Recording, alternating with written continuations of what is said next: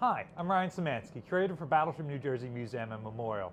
Today we're going to do a brief walking tour of the ship's captain's cabin. We've added a few new things in here thanks to our recent strip trip over at the Philadelphia Navy Yard, and we've learned some stuff about it thanks to the recent visit of Captain Ronald Tucker, was one of the ship's captains, retires as an admiral. We also recently had a visit from a woman, Mary McKinnon, who worked for NAVSEA in the 1980s and sailed on the ship in 1987 when she came out of her last major yard period, the one prior to her decommissioning yard period in 1990. We previously had a very small number of black and white pictures of this space from World War II, and some pictures that had been donated by Captain Milligan's family. Captain Milligan was on board 83 and 84, I believe. And so we had a rough idea of what the space looked like early in the ship's career, but no good idea of what it looked like right at the end.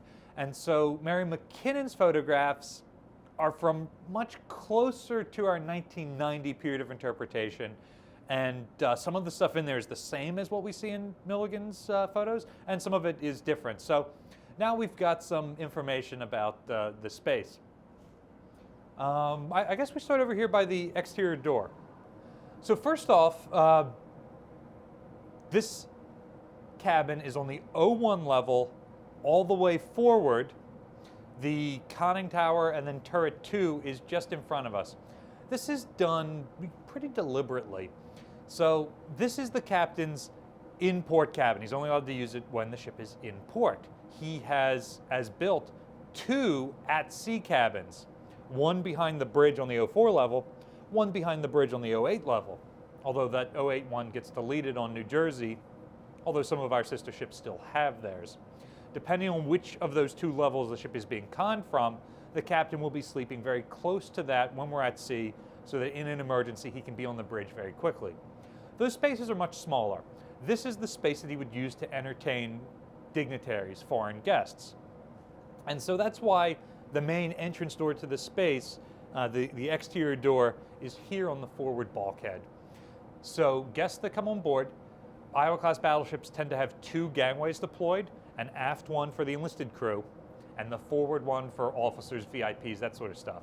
So you'd come on forward, right at turret number 1, they'd walk past that turret, they'd have to come up a ladder, walk past turret 2, and then come in here to negotiate with the United States representative.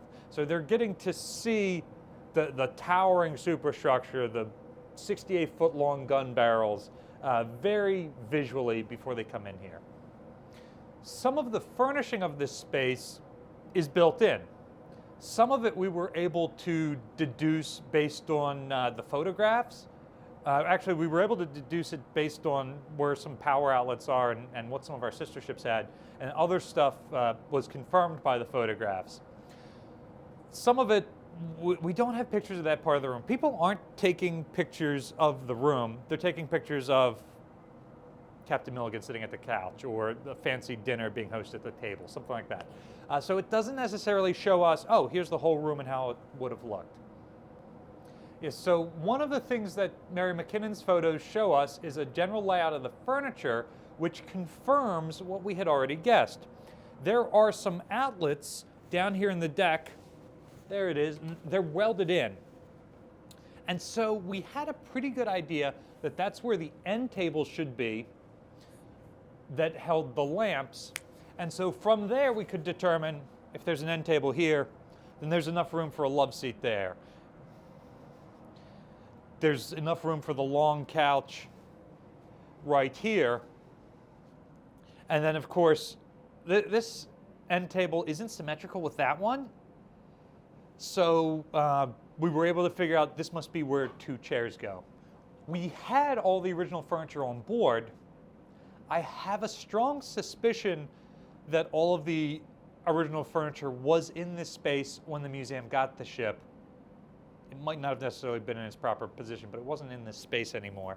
But our furniture had been shuffled around based on what was originally on the tour route and restoring some of the spaces that were completely gutted. So for example, the Admiral's cabin was missing all of its furniture. So a lot of the furniture from in here was taken right next door.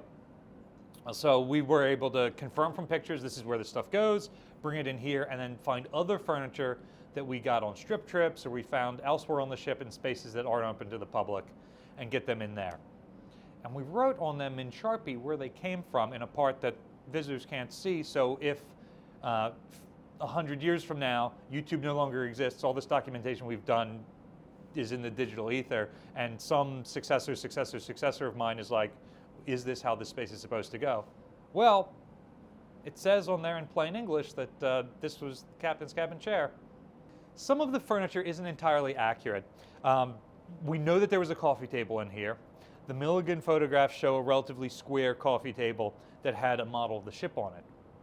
Mary McKinnon's photographs show a kind of square coffee table here, but the model of the ship is over in the corner, like how we put it. Either way, we don't seem to have that original coffee table, and again, neither of the pictures are of the coffee table. We don't have a good view of it, so we don't know what it was supposed to look like. So, on our recent strip trip last month over to the Philadelphia Navy Yard, the inactive ships there, we found in one of the commanding officers' cabins, I want to say it was on Whidbey Island, this coffee table right here, which is round, it's not square, but it's got a plexiglass cover on it that's got about 2 inches of space inside of it. So our plan is now we can display some of the artifacts of the ship's commanding officers. We've got donations from the Katz family. Admiral Katz was our second to last commanding officer. He's still with us. And the Tucker family, Admiral Ronald Tucker was the ship's final commanding officer. He's still with us. So we can put some of that stuff out here, and it's in a ready-made display case. So we chose to go with an inaccurate coffee table, knowing that there is a coffee table here. We don't have the original, but this one allows us to display items and interpret the space better. So we've got some furniture that we know is accurate, the original stuff in the original places. We got some furniture that we know there's supposed to be something here.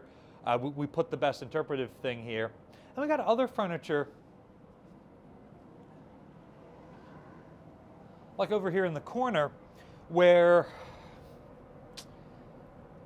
there wasn't anything here. We don't have any pictures of this particular corner, but there's an outlet here, and it's a pretty big open area for being on a battleship. And there's some mounting stuff here that's been covered over. Our best guess is that there was at one time something here. We just have no idea what it was. And it seems like a good place for an end table.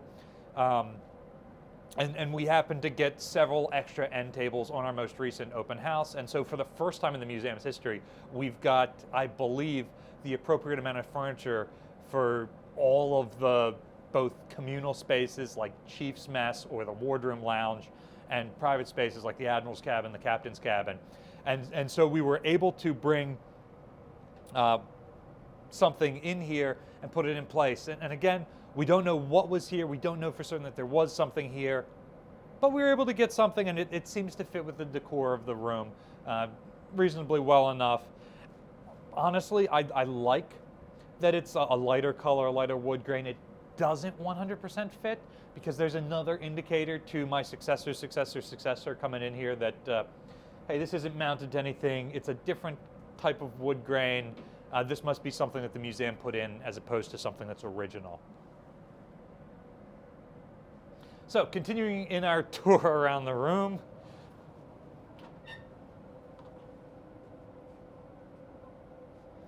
We've got a cabinet with shelves here.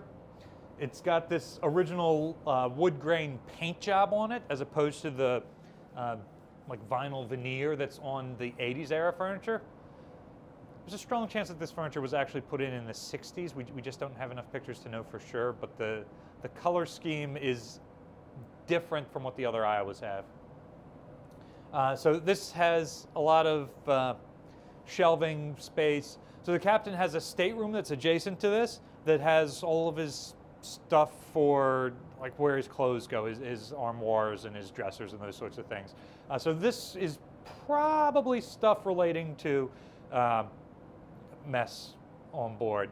So maybe there are plates and china stored in here. Maybe it's tablecloths, stuff like that. I'm not entirely sure, but based on its location, it's probably that. Over here we have an air handler. This seems like the type that was added in the 80s. However, air handlers were installed on the ship in the 60s. So this could be from either time period. Originally, this is where the cabinet with the ship's silver was. And when they installed the air handler, they wanted it on an external bulkhead where the vents were. So they moved this cabinet elsewhere and put the air handler right here. This Wetsuit flag is available for sale in our store. Admiral Tucker, the ship's final commanding officer, had this made as the battle flag. The battle flag, of course, is a significantly larger version. If you watched us under tow during our recent dry docking, we flew that. So we made this replica much smaller, and we thought it was appropriate to hang in here in the captain's cabin because our final commanding officer is the one who designed this. We don't have any evidence that he hung it in here. However, we do know from Admiral Reason that they had a blue flag with a gold surface warfare emblem on it that would have normally normally been hanging on the bulkhead in his stateroom. But if Captain at that time, Tucker, held an event in his stateroom, they would have hung it on the wall in here. So it's not out of the ordinary to have a flag relating to the Navy or the ship in the captain's cabin. Now hear the call. Now sound it to provide firepower for freedom. Coming around, we've got the big safe. He's got a smaller safe in his night table. I'm not sure which one would have held like his launch keys or his personal documentation, ship's files, that sort of stuff. But all of the captain's cabins on Iowa-class battleships have one of these safes.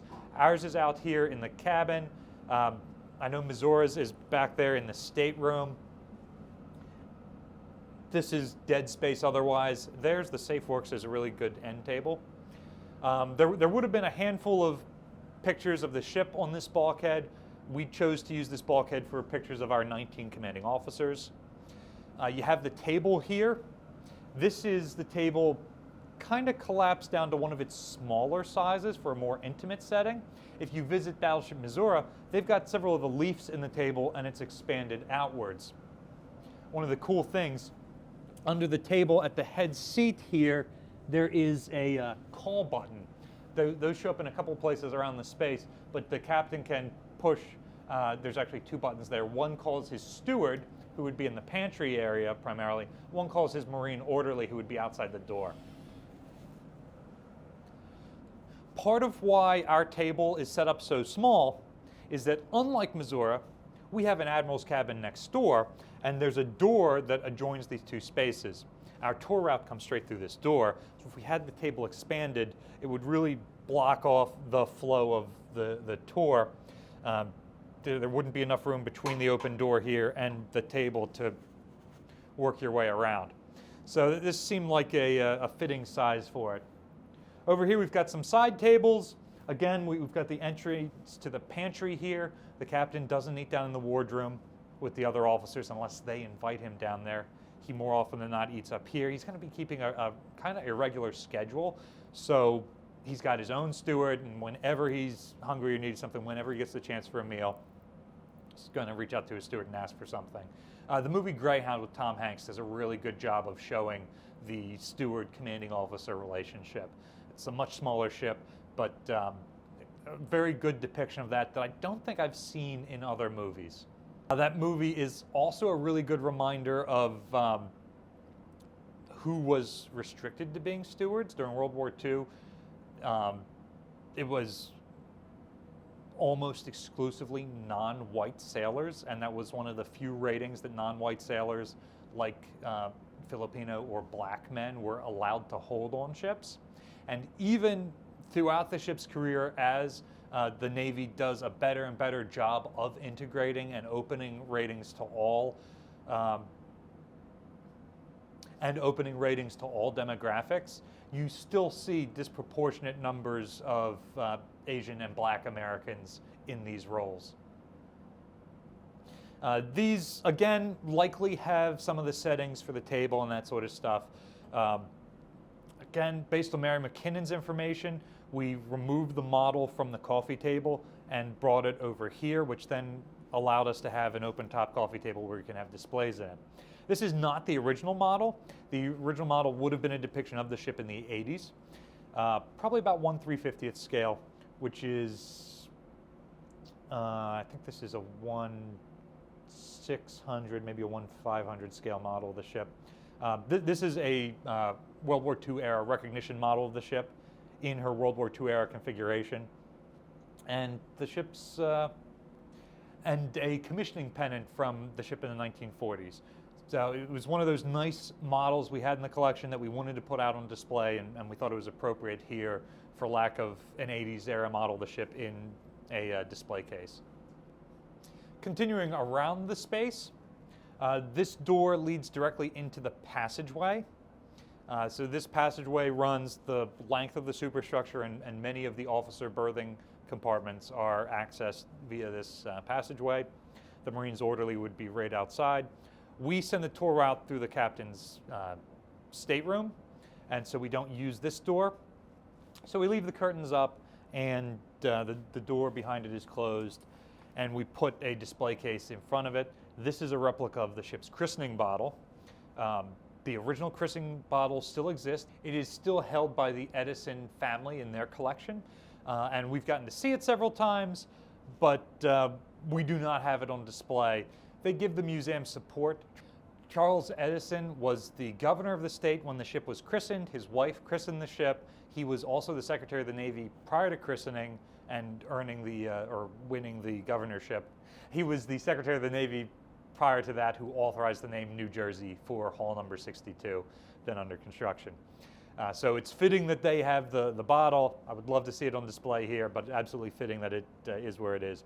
They allowed us to scan the bottle so we could make this scale replica of it on display, and you can even see the dent in the crystal bottle there. The original would be silver. And that, of course, brings us around to the ship silver, which, like I said earlier, used to be on the other side of the room. Had free wall space here, so they brought it in. We've talked about the silver in a bunch of other videos. This is about a third of the total collection, about 50% of the surviving collection. It's roughly 120 pieces originally. About a third of it just goes missing over the ship's career. No idea how that could have happened. And the stuff that's left, half of it is in the governor's mansion at Drumthwacket in Princeton, New Jersey. The other half is here on display on the Battleship. As we continue around the space, you have the captain's desk. Interestingly, this wooden bookshelf, for lack of a better term, even though it's wood, is an original fitting here. We have video footage of this hanging here and another one in the Admiral's cabin. Both of those survive. Both of those are here at the museum, hanging where they're supposed to. I don't know what the story is. Having such incomplete documentation of this space, it could date back to World War II. It could be something that was made in the carpentry shop on the ship in the 80s. I really don't know. Just that we have a match set in Captains and Admirals. That the Admiral's cabin is installed in the 80s, so I lean towards the guess that it was made on board the ship near the end of the ship's career. The captain's desk here, of course, matches everything else. It would have always been here. One of my favorite features here of the desk is the original phone number system for the ship service phone system was taped to the desk from when the ship was last in service, and it's just been there the whole time. So we pulled this out, we slapped down some plexi over that to keep it protected. Now you can see that. Interestingly, the Mary McKinnon photograph showed us that in addition to the captain having his desk chair here, there was another chair right here by the door, which we had never interpreted, we never assumed, because it kind of overlaps with the door, which is on the tour route. But it's there for if the captain calls somebody in, then they've got a place to sit while he's reviewing them, discussing something with them. They're right there. And we do see a ton of pictures of like Halsey during World War II, where he's sitting at his desk and he has somebody right next to him. So it isn't surprising, but it didn't seem like it fit. If I hadn't seen the photo documentation from that new collection from Mary McKinnon, I'm not sure I would have believed it. You can see here another example of the call button, one for the orderly, one for the pantry. Coming around, you can see that there's curtain rods and curtains here, closing the portholes. These portholes are missing their battle port covers. It seems like they took those off during the ship's career, or else they wouldn't have functioned with the curtain rod. So I imagine in this space, the curtains would have functioned in the same way that battle ports do, although, as you can see, that's suboptimal. Even though the battle ports are no longer here, all the fittings are still here for it, including the hook in the overhead where it would latch open when it's in the open position. And this particular porthole doesn't have a tab on it for opening if you want to completely open the window and let some ventilation in. Finally, we know that there was an old CRT type TV monitor in here. This isn't the original, it's similar to other ones we have on the ship. And we knew there was a TV stand here. Again, we don't have the original. This one we got during one of the open houses and on one of the other Navy ships. And we've run into several of these on multiple classes of ships now. So 80s era ships like Oliver Hazard, Perry class frigates, and Whidbey Island, Fort McHenry, those sorts of landing ships built in the 80s. So there's a strong chance that it was a very similar type of TV stand, if not this exact same style that was in here in the 1980s. And so there is the world's most detailed tour of this space so far. Give us another year and we'll release a completely new video on the subject. Everything you never thought you wanted to know about this space, what's original, and what our thought processes were for bringing in unoriginal stuff to try and interpret the space. All in all, the space feels way more lived in now. Some future things that we want to do as we get money, we want to raise money and throw some throw pillows down. It's something that couches typically have. And we had not seen pictures of throw pillows in here to say for certain that they were there. The Mary McKinnon photo set shows a couple of like yellowish throw pillows on the couches. So we're going to find a set that is fairly similar to that and bring it in here. And then the final thing that we're looking at for restoration at this time, notice this end table still has the brass railing around it. Railings, very common on tables on ships. Ships rock and roll, so your stuff might slide off. Oftentimes things will be mounted down. You can see there are mounting points here for the original lights. This one is not an original to this space as best as we can tell.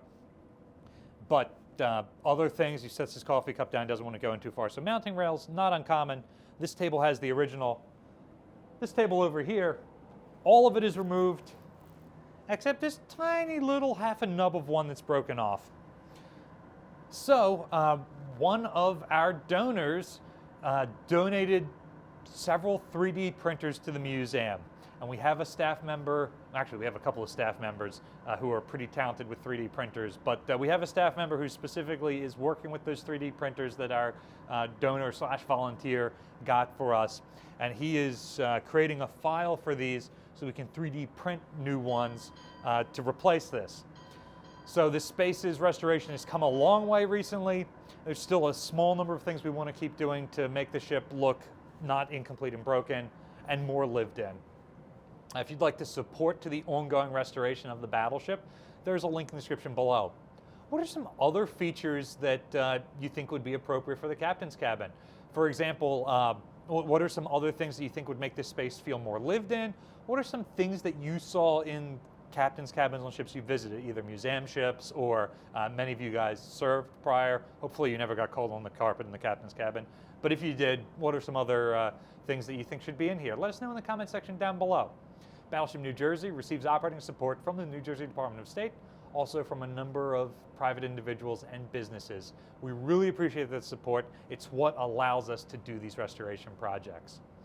There's a link in the description below if you'd like to donate to support the museum Or you can support us simply by liking, sharing, subscribing so more people find out about us and the channel. Thanks for watching.